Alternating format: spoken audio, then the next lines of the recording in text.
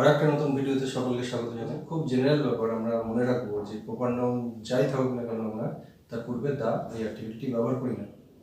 Article the is not used before proper nouns, name of persons, countries, states or towns, airports, stations, parks, cities, squares, streets, buildings, companies, mountains, islands and capes.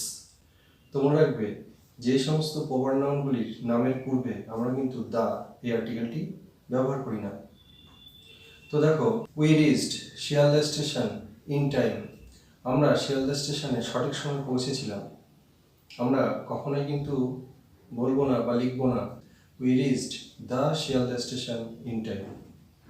আবার দেখো, দে reached Dumdum airport, তো আমরা কিন্তু লিখবো না দে reached the Dumdum airport.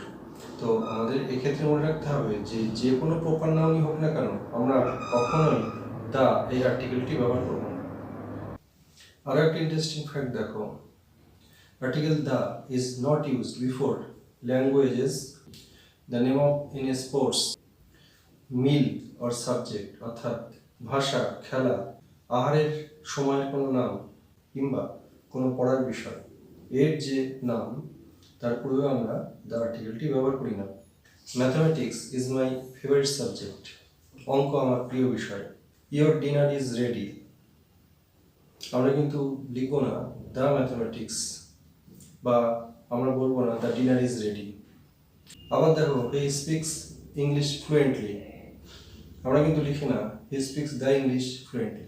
So thank you for watching the video till the end. Stay tuned with me for more videos like this.